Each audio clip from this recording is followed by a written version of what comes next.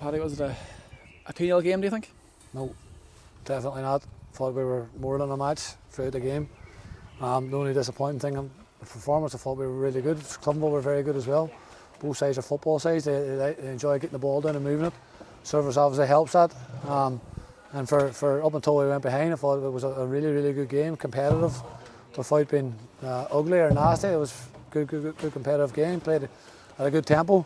And sometimes it can be difficult. They motivate. Ciliftonville have got a cup final coming up. You can see why they can be motivated. They're playing for cup final places, but our boys could go on with the excuse of season's over almost. But I thought they were very good at counting themselves. The only disappointing thing is when we went behind, I thought we sort of rolled over a wee bit and accepted it wasn't going to be, which still plenty of time, the clock. And then we can see it now. Obviously it was game over then, but over the course of the game, we played some really good stuff. Some really good performances. Ben Wilson was fantastic. Christopherson was dangerous, and he was lively. Paul McLaughlin, both 3 16-year-olds were very good for us. So, there's a lot of positives they take out of it. People always think that you have to be doom and gloom and defeat. It's not. We're building for next year and beyond. And in the game time, we're giving our young boys them experiences we're giving our young boys are vital in their development. So, we'll use what's left of the season. It's not writing off a season at this stage. We've achieved what we set up to do, was secure our status as a Premiership club and build on it for next year. We've done that. So I think the fans and the supporters, they understand that what we're trying to do is build for next year, and we might have to suffer a couple of defeats along the way, but the minutes that we're giving these young boys is vital in their development. Coach alluded to it last week about the potential for complacency to sort of creep in with the fact that we have now secured our place this season. Now that we're sort of finished in 10th with the results today, how do you guard against that going the last 2 games of the season? It's difficult. Like I said, we had them highly motivated and highly charged in every game from whenever we came in November right up until last Tuesday night or 2 weeks ago, whenever it was against Port. They were highly charged, highly motivated, highly driven. They emptied everything in the pitch, every session, every training session, every match. So when you achieve your objective in doing that, then what it is, it can be difficult to keep that level high, that intensity high. But I thought they were very good today. We were disappointed against Loughgall. It was the first poor performance that we put on in my time, definitely.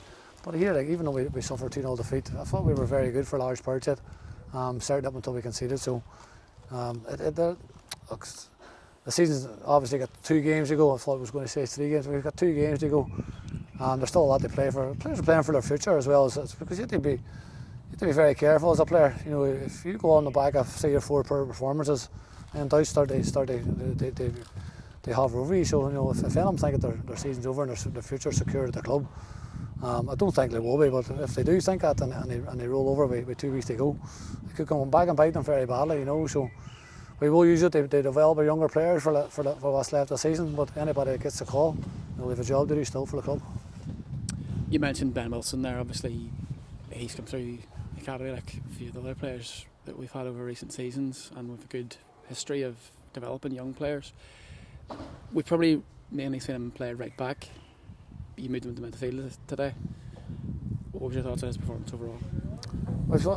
Ben's been in training with us for the last couple of months, and he's done a fantastic job. Very good last week at right back. He's played at right wing back in the international setup. I think when you see how he played today, I think he's got a lot to offer in terms of his endurance, his intensity, his quality, and I'm not sure. I don't know. I can't predict the future. I think he's got more to offer on midfielder as a right back. But we'll see what the future brings from him. He's definitely got a bright one. He's got a bright one at Glenavon for the next few years. Whether that be a right back, right wing back, or certainly a midfielder.